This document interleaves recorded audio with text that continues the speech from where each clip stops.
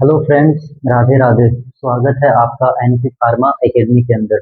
आज हम डिस्कस करेंगे फार्मेसी लॉ एंड एथिक्स के अंदर जितनी भी इम्पोर्टेंट टर्म्स हैं, मीन्स जितनी भी इम्पोर्टेंट फुल फॉर्म है, हम उनके बारे में डिस्कस करेंगे। क्योंकि प्रीवियस ईयर से जो भी पेपर्स वगैरह में हमेशा से टर्म्स, जो कुछ इम्पोर्टेंट टर्म्स है जिन पे नेक्स्ट वीडियो में अपलोड करूंगा, नेक्स्ट वीडियो हम बनाएंगे, उससे पहले हम क्या करेंगे, आज डिस्कस करेंगे जितनी भी जो फुल फॉर्म है उनके बारे में। कि पीछे के जितने भी पेपर्स हैं उनमें इंपॉर्टेंट टर्म्स, फुल फॉर्म्स, इनका अच्छा खासा क्या रहता है, वेटेज रहता है फार्मेसी लॉ एंड एथिक्स के पेपर के अंदर। और इसके अलावा देखो, इंपॉर्टेंट जितनी भी टर्म है, फुल फॉर्म्स हैं, फुल फॉर्म्स के अलावा जितने भी जो डेट हैं, वो डेट कि कौन सा एक्ट कब आया था, या फिर किसी एक्ट का मेन क्या क्या काम होता है, मेन वर्क क्या होता है, इन सब पे हमेशा से एक एक नंबर के क्वेश्चन पुटअप होते आए हैं।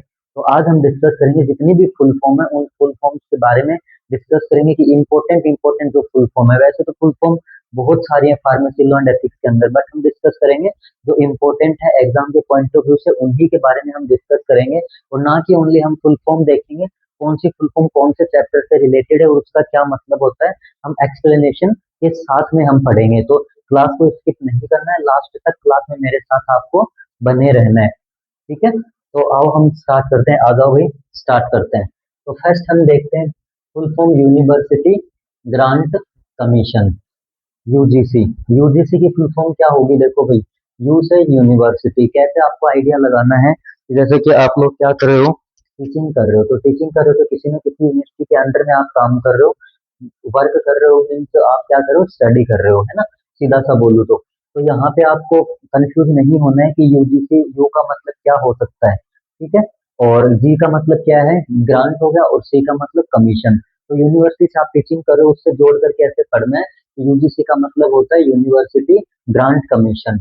और ये वाली फुल फॉर्म कहाँ से मिली है, आपने देखो PCI, pharmacy council of India, PCI का कॉन्स्टिट्यूशन और फंक्शन पढ़ा होगा, स्टेट फार्मेसी काउंसिल का कॉन्स्टिट्यूशन फंक्शन पढ़ा होगा चैप्टर के अंदर लॉ एंड एथिक्स में। तो वहां पे देखो हमने लिखे थे इलेक्टेड और nominated member.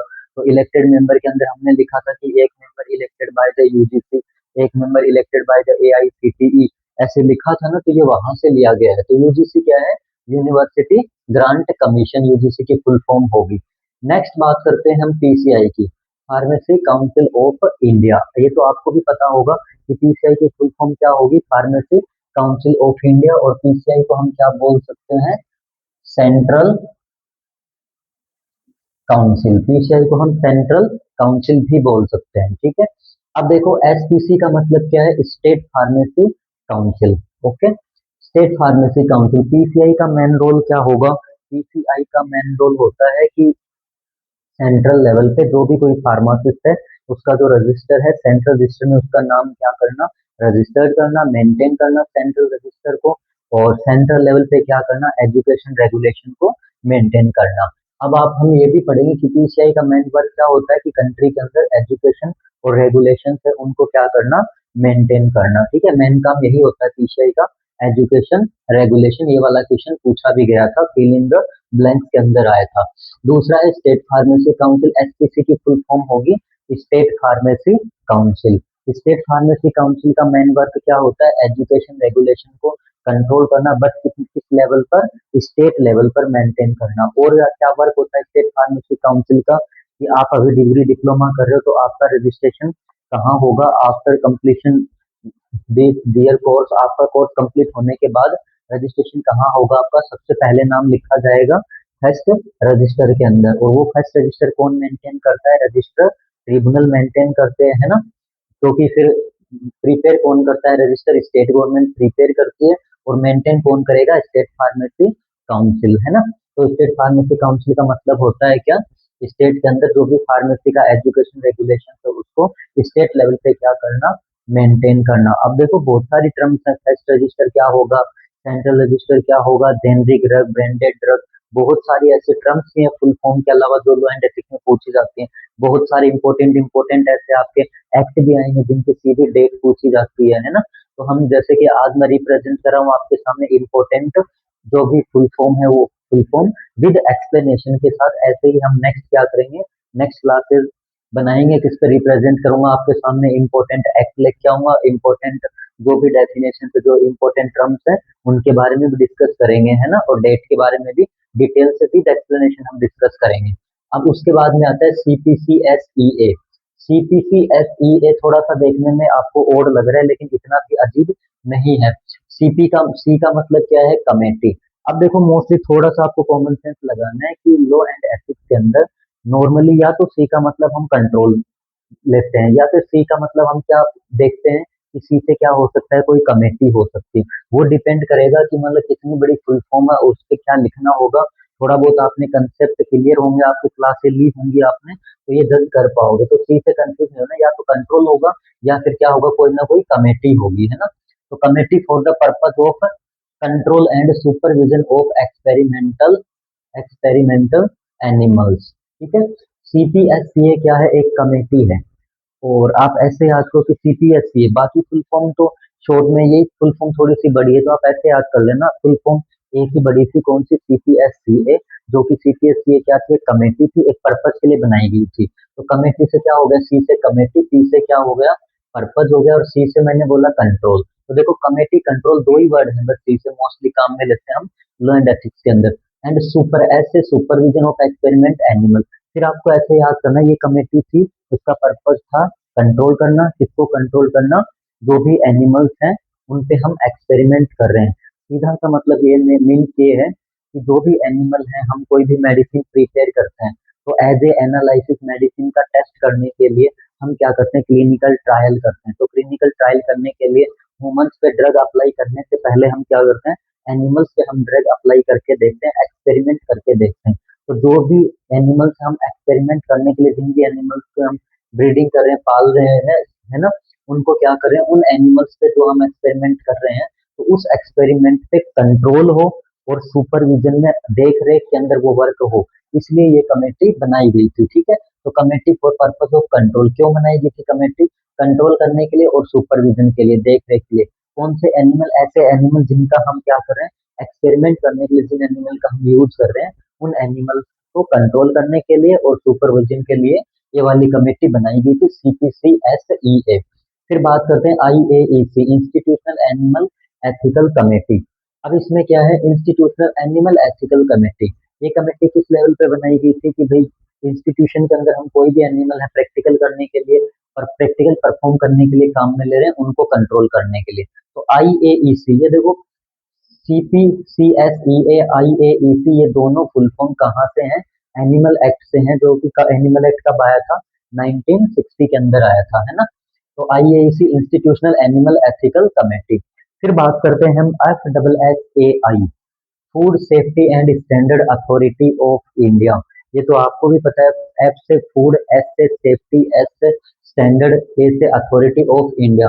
Food safety and standard authority of India means क्या है कि इंडिया के अंदर खाने पीने के जो भी प्रोडक्ट्स हैं, जो भी कोई फूड्स है, वो क्या रहे, सेफ रहे, उसको कंट्रोल करने के लिए जो भी फूड है, अच्छी क्वालिटी के, बेटर क्वालिटी के, अफेक्टिव जो फूड है, वो क्या है, पर्टिकुलर कोई भी पर्सन है उसका तक पहुंच सके, उसमें किसी भी टाइप का कोई डिफेक्ट वगैरह ना हो, और जो भी फूड है उन पे कंट्रोल किया जाए, ठीक है। और कंट्रोल किसके थ्रू होगा, FDA से अथोराइज होने चाहिए वो food, food and drug administration. कि ड्रग हो या फिर कोई भी फूड हो, उसके लिए अथॉरिटी कौन प्रोवाइड करवाता है, FDA, food and drug administration, ठीक है।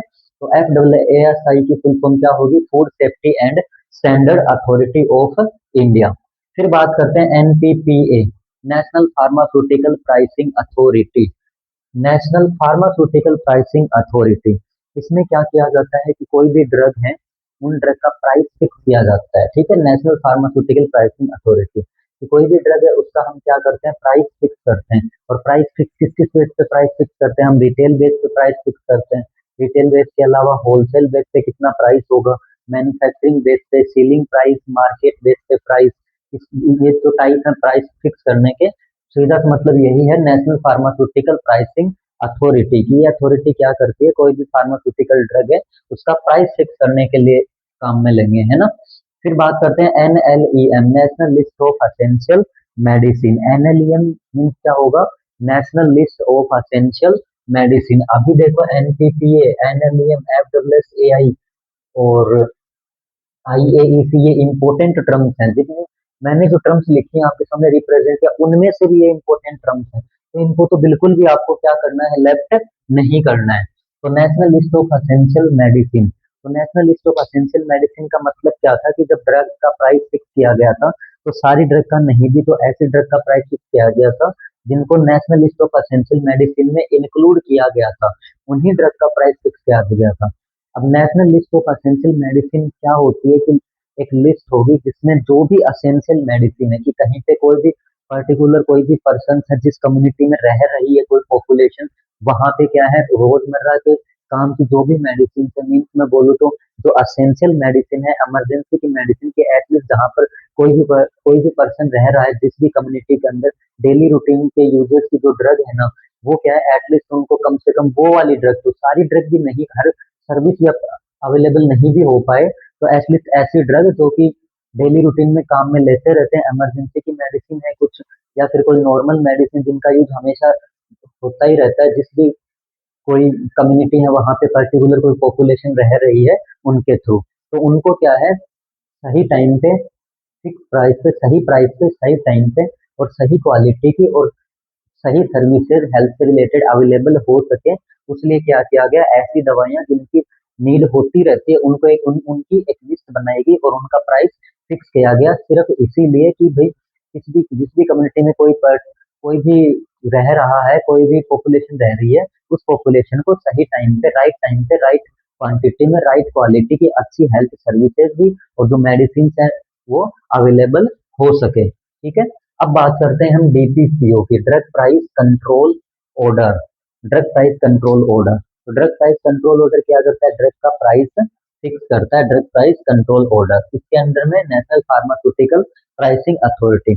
अब देखो डीपीईए, ड्रग प्राइस इक्वलाइजेशन अकाउंट, ठीक है, ये क्या है, ड्रग का जो भी प्राइस है वो क्या होना चाहिए, इक्वल होना चाहिए, जो भी अकाउंट क्रिएट करते हैं हम इसमें, drug price equalization account, DPCO, अगर डीपी के साथ सी आता है, ओ आता है तो कंट्रोल ऑर्डर, डीपी के साथ में ई आता है तो इक्वलाइजेशन अकाउंट लिख दोगे, बस इतना सा चेंजमेंट होगा, equalization account, drug price same रहेगा, इसमें भी ड्रग प्राइस सेम रहेगा।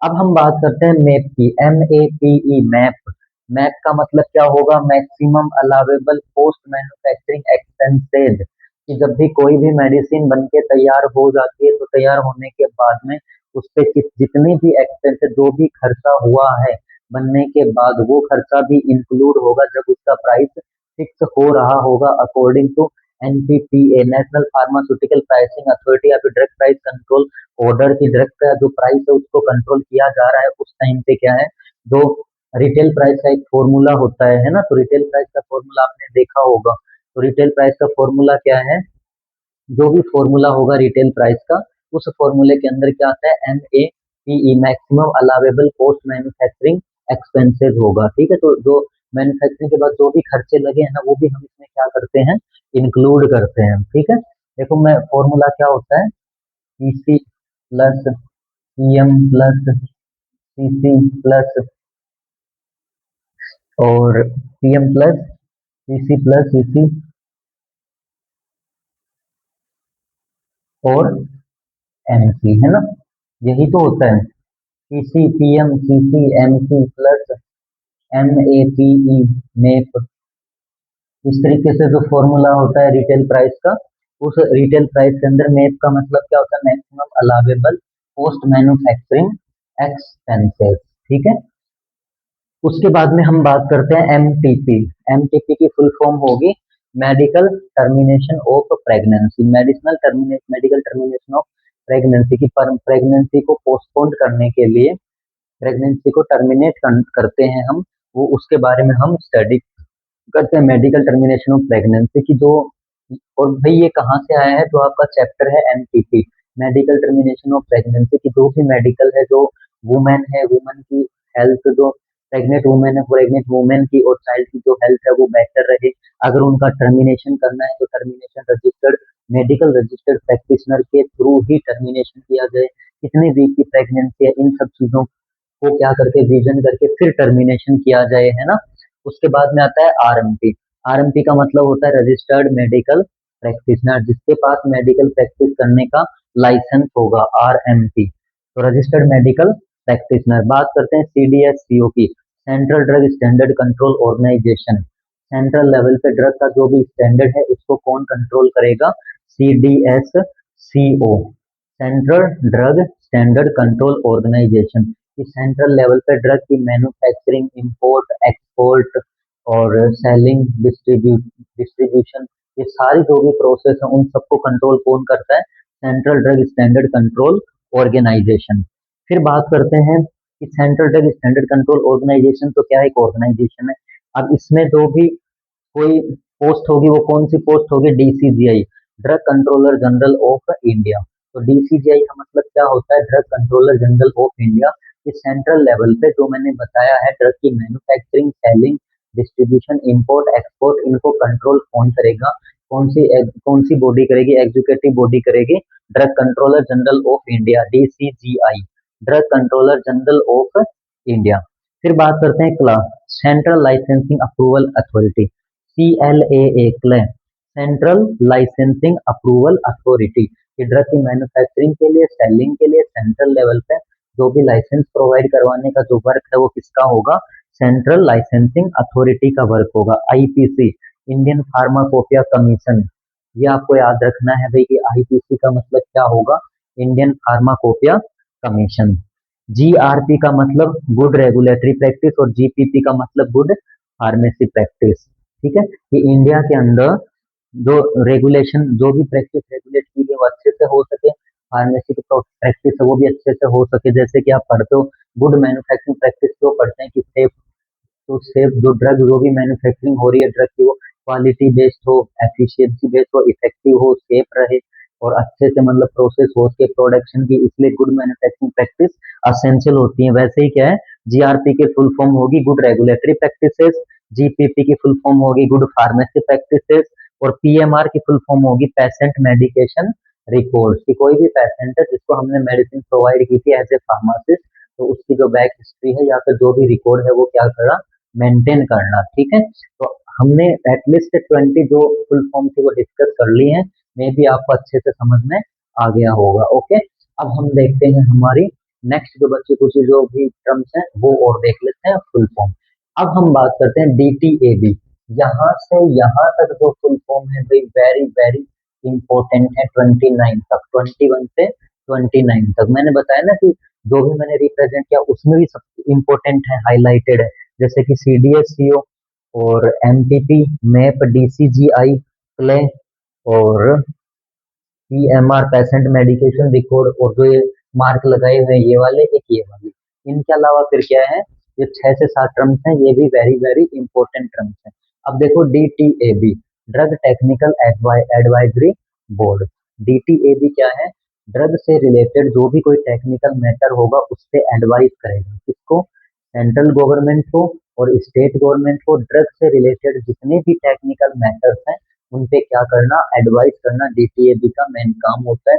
टोटल मेंबर कितने होते हैं DTAB के अंदर? 18 मेंबर होते हैं टोटल मेंबर DTAB के अंदर। ठीक है, फिर बात करते हैं DCC। DCC drug consultative committee. ये कमेटी क्या है? ड्रग के बारे में कंसल्ट करती है।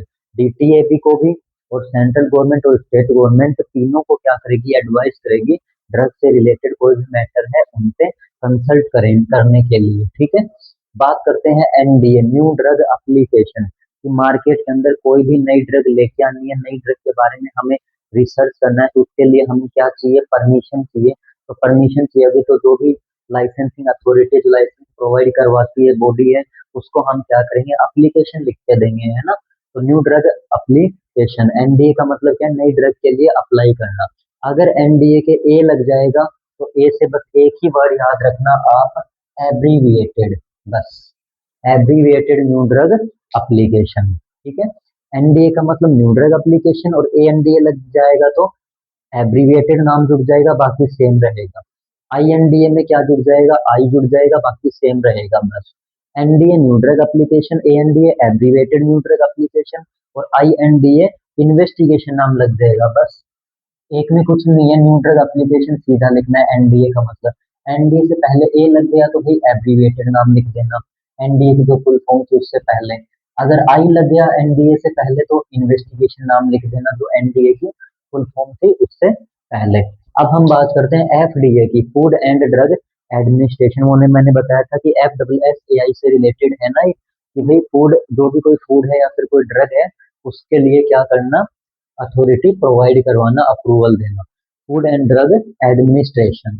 आईपीआर क्या होगा, intellectual property rights, very very important term है भाई। इंटेलेक्चुअल प्रॉपर्टी राइट्स, राइट्स का मतलब क्या होता है, अधिकार होता है भाई हर किसी को, है ना। इसमें हम ये आईपीआर क्या है, अलग से चैप्टर है, intellectual property rights. Intellectual property rights का मतलब क्या होता है कि किसी भी कोई भी वर्क प्लेस है, वहां पे कोई भी वर्कर वर्क कर रहा है, उसमें वो क्या कर रहा है कि अपने आइडियाज दे रहा है, या फिर क्या कर रहा है, जो क्रिएशन ऑफ माइंड, उसका माइंड में जो क्रिएटिविटी है, जो एक्टिविटी है, वो क्या कर रहा है, सामने रख रहा है कि ऐसा करेंगे तो हमारे बिजनेस में फायदा होगा। मतलब कोई भी वर्क प्लेस में कोई भी वर्कर है या फिर कोई भी एम्प्लॉय है, वो अपनी बात रख सके, और जो भी अपने आइडियाज हैं वो आइडियाज क्या करके रिप्रेजेंट कर सके, जो कि क्या है, कोई भी ट्रेड बिजनेस है उसके फायदे के लिए, प्रॉफिट के लिए है, तो उसके जो आइडियाज वगैरह है, उसकी जो कल्पना है, क्रिएशन ऑफ माइंड है, उसको क्या, उसको प्रोटेक्ट करने के लिए ये वाला इंटेलेक्चुअल प्रॉपर्टी राइट्स एक्ट है, वो आया था प्रोटेक्ट करने के लिए।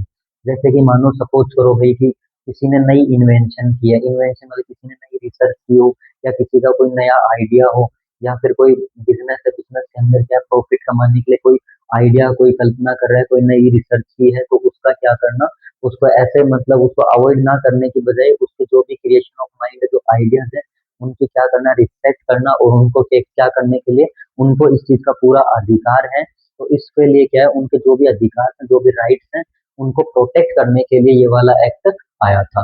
बात करते हैं डब्ल्यूटीओ की, वर्ल्ड ट्रेड ऑर्गेनाइजेशन की। पूरे वर्ल्ड के अंदर ट्रेड का मतलब होता है बिजनेस, जो भी बिजनेस है उनको ऑर्गेनाइज करने के लिए, है ना, उनसे रिलेटेड है। ट्रिप्स, ट्रिप्स इंपॉर्टेंट है भाई, trade related aspect of intellectual property rights. अभी अभी मैंने क्या बताया, आईपीआर। तो ट्रिप्स की फुल फॉर्म कैसे याद करोगे, इतना देखो, पूरा वर्ड ट्रिप्स को एक साथ मत देखो, ऐसे देखो कि भाई TRIPS, ट्रिप्स लिखा है, ठीक है, पीएस लिखा है, तो आईपीएस का तो हमें पता था, इंटेलेक्चुअल प्रॉपर्टी राइट थी आईपीआर का, है ना। एस का यहाँ पे क्या हो जाएगा, आईपीआर प्रॉपर्टी राइट्स ही होगा, ठीक है। तो ये पूरा वर्ड है ट्रिप्स, तो ट्रिप्स में क्या जुड़ जाएगा, बस ट्रेड रिलेटेड एस्पेक्ट। कि ट्रेड का मतलब क्या होता है, बिजनेस, बिजनेस से रिलेटेड जो भी कोई एस्पेक्ट का मतलब होता है पहलू, कि बिजनेस से रिलेटेड कोई भी एस्पेक्ट है, या कोई भी मैटर है, कोई भी पहलू है, कोई भी मतलब भाई अदर जो भी थिंग्स है, उनसे रिलेटेड इंटेलेक्चुअल प्रॉपर्टी राइट्स, मतलब बिजनेस से रिलेटेड इंटेलेक्चुअल प्रॉपर्टी राइट्स है, उन्हीं का शॉर्ट फॉर्म क्या है, ट्रिप्स है। तो ट्रिप्स में क्या लिखोगे, trade related trade related aspect, जो बिजनेस से जुड़े हुए जो भी पहलू हैं, उनसे रिलेटेड क्या राइट्स, उनसे रिलेटेड क्या राइट्स, राइट्स मतलब उनसे रिलेटेड जो अधिकार हैं वो आएंगे इसमें। ईयूए का मतलब क्या होगा, इमरजेंसी यूज अथोराइजेशन। अब इसको समझो भाई, ईयूए, ई से इमरजेंसी, यू से यूज, ए से अथोराइजेशन। ईयूए का मतलब क्या है कि कोई भी मान लो आपदा आ जाती है, कोई भी डिजास्टर आ गया, जैसे कि मान लो कोरोना टाइम आया था, कोरोना टाइम पे कोरोना जो डिजीज थी वो स्प्रेड हो गई थी बड़े लेवल के ऊपर, है ना। तो ऐसे किसी भी टाइप की कोई भी आपदा आ गई, उस टाइम पे क्या है, जिस भी जगह पे कोई भी डिजास्टर क्रिएट हो रहा है, उस टाइम पे हेल्थ की सर्विसेज की, हेल्थ से रिलेटेड सर्विसेज की नीडेड होगी उस प्लेस के ऊपर, जो भी जगह है जहाँ कोई भी पॉपुलेशन रह रही है। उसके अलावा मेडिसिन की रिक्वायरमेंट होगी, डायग्नोसिस किट्स की रिक्वायरमेंट होगी। आप इतना समझो बस कि कहीं भी कोई भी कम्युनिटी है, वहाँ पे कोई भी पर्टिकुलर जो भी पर्सन वगैरह रह रहे हैं, उनको वहाँ पे कोई डिजास्टर आ गया अचानक से, तो डिजास्टर आएगी तो उनको हेल्थ से रिलेटेड डायग्नोसिस किट वगैरह, ट्रीटमेंट वगैरह, उसके अलावा क्या है कि जितने भी इम्पोर्टेंट चीजें हैं वो हर चीज की रिक्वायरमेंट होगी, इमरजेंसी यूज ड्रग्स की रिक्वायरमेंट होगी। अब इसका मतलब ये नहीं है कि कहीं पर भी कोई भी डिजास्टर आ गया तो हमने इन्फॉर्म कर दिया और हेल्थ जो भी हमारा हेल्थ सिस्टम है वहां से सर्विसेज इजीली अवेलेबल हो जाएंगी। इसका मतलब ये था, इमरजेंसी यूज अथोराइजेशन अथॉरिटी इसलिए आई थी कि ये क्या करेगी कि सबसे पहले जहां पर डिजास्टर हुआ है वहां का क्या किया जाएगा, इन्फॉर्म करना पड़ेगा, वहां से इन्फॉर्म करने के बाद फिर क्या है, इमरजेंसी अथॉरिटी है, इमरजेंसी ड्रग वाली अथॉरिटी है, वो अपने मेंबर भेजेगी, वहां देखा जाएगा कि सच में ऐसी डिजास्टर वहां पे है क्या, फिर उसका एग्जामिनेशन किया जाएगा, एग्जामिनेशन करने के बाद, इंस्पेक्शन करने के बाद फिर है ना अप्रूवल दिया जाएगा कि ये वाली सर्विस या ये वाले डायग्नोस्टिक किट या ये वाली मेडिसिन आप यहाँ पे यूज कर सकते हो। ठीक है, और ये क्या होता है, लिमिट बेस पे होगा कि जब तक जो डिजास्टर है वो रहती है तब तक ये फैसिलिटी अवेलेबल होंगी, उसके बाद ये फैसिलिटी जो है फैसिलिटी प्रोवाइड की गई है वो क्लोज हो जाएंगी। ठीक है, फिर बात करते हैं ICMR, Indian council of medical research. Medical के अंदर जो भी रिसर्च वगैरह होती है उनसे related ICMR, Indian council of medical research. अब देखो आईसीएमआर क्या है, इंडियन काउंसिल मेडिकल रिसर्च, ये तीनों जो फुल फॉर्म रहेगी ये इक्वल है। ठीक है, SDMA, state disaster management authority, कि भाई जो डिजास्टर है वो स्टेट लेवल पे भी हो सकता है, नेशनल लेवल पे भी हो सकता है, इंटरनेशनल लेवल पे भी हो सकता है, डिस्ट्रिक्ट लेवल पे भी हो सकता है। अब देखो SDMA, star state disaster management authority. ठीक है, अब जो स्टेट लेवल पे मान लो कोई स्टेट है वहां पे कोई डिजास्टर हो गई, तो वहां पे क्या है, अथॉरिटी से हमें जो असेंशियल मेडिसिन हैं या फिर इमरजेंसी यूज वाली मेडिसिन तो वो चाहिए। तो स्टेट के अंदर ये जो वर्क है संभालेगा कौन सी अथॉरिटी संभालेगी, स्टेट डिजास्टर मैनेजमेंट अथॉरिटी। अगर डिस्ट्रिक्ट है तो डिस्ट्रिक्ट डिजास्टर मैनेजमेंट अथॉरिटी, और नेशनल है तो नेशनल डिजास्टर मैनेजमेंट अथॉरिटी।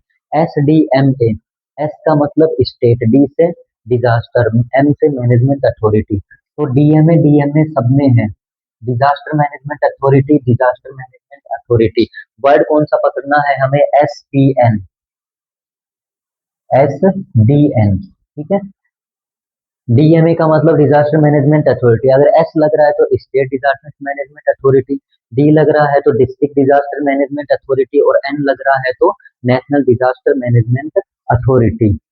तो भाई मेरे अकॉर्डिंग मेरे को जो भी इंपॉर्टेंट कंटेंट लगा था, इंपॉर्टेंट फुल फॉर्म थे पूरी लॉ एंड एथिक्स के अंदर, जितने भी जो एक्ट थे उनसे जितनी बन सकती थी, वैसे तो बनने को तो बहुत सारी और भी बन जाती, लेकिन एग्जाम के पॉइंट ऑफ व्यू से जो जो इम्पोर्टेंट टर्म्स थी तो वो मैंने ट्राई किया है आपके सामने रिप्रेजेंट कर रिप्रेजेंट किया है आपके सामने विद एक्सप्लेनेशन। तो मे भी आपको सारी जो फुल फॉर्म है अच्छे से समझ में आ गई होगी। अब आप इनसे रिलेटेड अगर कोई फुल फॉर्म एग्जाम में आती है तो आप इजीली क्या है अटेम्प्ट कर सकोगे। ठीक है, तो नेक्स्ट भाई हम डिस्कस करेंगे नेक्स्ट क्लास में जितने भी हमारे एक्ट हैं, क्योंकि फार्मेसी लॉ एंड एथिक्स के अंदर या तो इम्पोर्टेंट एक एक नंबर में कुछ टर्म्स एंड डेफिनेशन है वो आती हैं, उनके अलावा क्या है कोई शॉर्ट फॉर्म आती है, उनके अलावा क्या है जो भी डेट है कौन सा एक्ट कब आया था वो आएगा, या फिर कोई फंक्शन आ जाएगा फिल इन द ब्लैंक का, जैसे कि the main function for PCI is, तो मेन फंक्शन क्या है, फिल इन में क्या लिखोगे आप, एजुकेशन रेगुलेशन। या फिर ऐसे आ सकता है कि कौन सी बॉडी है उसके अंदर कौन से कितने क्या मेंबर होते हैं, एक्स ऑफिशियो मेंबर कितने क्या होते हैं, है ना। तो ये वाले क्वेश्चन बनते हैं। तो जिस भी चैप्टर से जिस भी तरीके से जो जो एक एक नंबर के क्वेश्चन जहां जहां से बन सकते हैं उसी टॉपिक से रिलेटेड मैं आपके सामने क्लास रिप्रेजेंट करूंगा। बस आपको इतना सा करना है, क्लास में बने रहना है मेरे साथ, और क्या करना है क्लास को स्किप नहीं करनी। जैसे कि आज हमने डिस्कस किया जितनी भी इंपॉर्टेंट फुल फॉर्म थी उनके बारे में, एक क्लास हम रखेंगे कि जितने भी एक्ट हैं उनके इंपॉर्टेंट डेट के बारे में, फिर रखेंगे जितनी भी डेफिनेशन हैं उनके बारे में, फिर रखेंगे उनके अलावा कहाँ कहाँ से एक एक नंबर क्वेश्चन बन सकते हैं वो। तो 4 से 5 क्लास में हम एक एक नंबर का लॉ एंड एथिक्स का सारा कंटेंट फिनिश कर देंगे, जिससे एटलीस्ट 100 आउट ऑफ 100 मीन 20 में से 20 नंबर भी नहीं आ सकते तो 20 में से 16 या फिर 17 नंबर आप इजीली गेन कर सकते हो। ठीक है, तो अगर इससे रिलेटेड कोई आपको प्रॉब्लम हो तो आप कमेंट कर सकते हो, मैं सॉल्यूशन जरूर करूंगा। अगर आपको आज की क्लास अच्छी लगी हो तो एनपी फार्मा एकेडमी को सब्सक्राइब जरूर करना और बेल आइकन को प्रेस करना मत भूलना। Thank you, have a nice day.